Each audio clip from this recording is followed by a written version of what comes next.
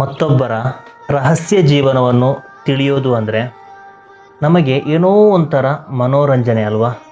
ಅವರ ಕುಂದುಕೊರತೆಗಳು, ದೌರ್ಬಲ್ಯಗಳು, ಅವರಿಂದ ಆದಂತಹ ಪ್ರಮಾದಗಳು, ತಪ್ಪುಗಳು, ಇದನ್ನೆಲ್ಲ ಯಾರಾದರೂ ಬಂದು ನಮ್ಮ ಹತ್ರ ಹೇಳಿದ್ರೆ ನಾವು ತುಂಬ ಕಾತುರದಿಂದ ಕೇಳ್ತೇವಲ್ವಾ.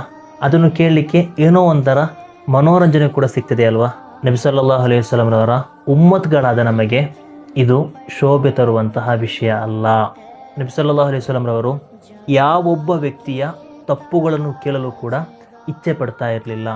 ಅವರು ಹೇಳ್ತಾ ಇದ್ರು, ನೀವು ಯಾರೊಬ್ಬರ ಕುಂದುಕೊರತೆಗಳನ್ನು ಕೂಡ ನನ್ನ ಬಳಿ ಬಂದು ಹೇಳಬಾರ್ದು.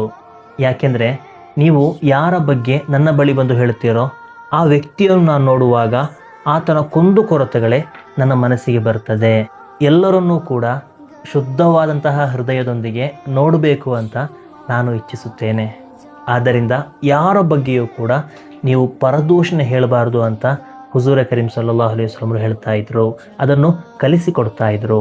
ಆ ನಬಿ ಸಲ್ಲಲ್ಲಾಹು ಅಲೈಹಿ ವಸಲ್ಲಂ ರವರ ಉಮ್ಮತ್ಗಳಾದ ನಮ್ಮಲ್ಲೂ ಕೂಡ ಆ ಬದಲಾವಣೆ ಬರಬೇಕು. ಎಲ್ಲರನ್ನೂ ಕೂಡ ಶುದ್ಧವಾದಂತಹ ಹೃದಯದೊಂದಿಗೆ ನೋಡಲಿಕ್ಕೆ ನಮಗೆ ಸಾಧ್ಯ ಆಗಬೇಕು. ಯಾರೊಬ್ಬರ ಕುಂದುಕೊರತೆಗಳಿಗೂ ದೌರ್ಬಲ್ಯಗಳಿಗೂ ನಾವು ಕಿವಿಗೊಡಬಾರದು ಅಂತ.